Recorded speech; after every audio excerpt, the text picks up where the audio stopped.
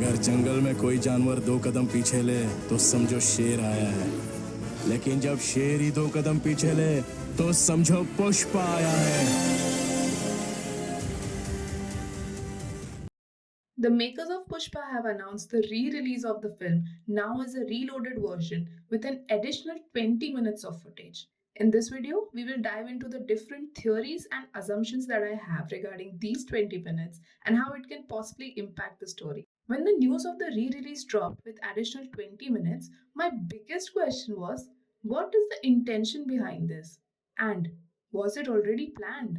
It's not a hidden fact that the editing of the movie was going on till the very last minute. So maybe they decided to add extra footage after the negative reviews the film got for its editing and screenplay in order to fix it. I remember watching Pushpa 2 and thinking what a major setback its scattered screenplay was, which could have been easily fixed by trimming the film. But turns out they are doing the literal opposite. They are adding minutes to an already lengthy film. I never thought this could be a way of improving the screenplay and making it more coherent. And honestly, I am all up for it. After all, a lengthy film is far better than a film with a messed up screenplay. So what if it is 4 hours long? Didn't they already warn us? Remember? Fire nahi wildfire? Sorry, wildfire. Now, after all of this, if they add small chunks of unreleased footage scattered throughout the film, then it won't really impact the overall story. If you remember, a similar thing happened when Jawan was released on OTT. They promised 5 minutes of extra footage, which made the fans so excited, but then the footage didn't add any value to the film. However, with Pushpa 2, the footage is 20 minutes long and is being added to the theatrical release, which could actually be a masterstroke by the makers.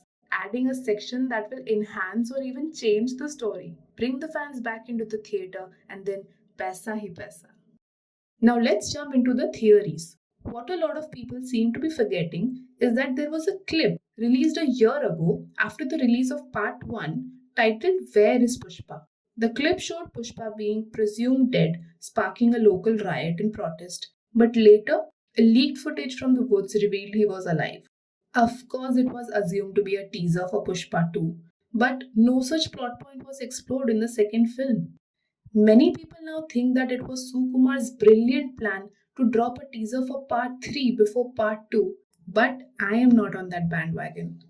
The writers of Pushpa often drop out of context scenes. Both the films actually follow a writing pattern.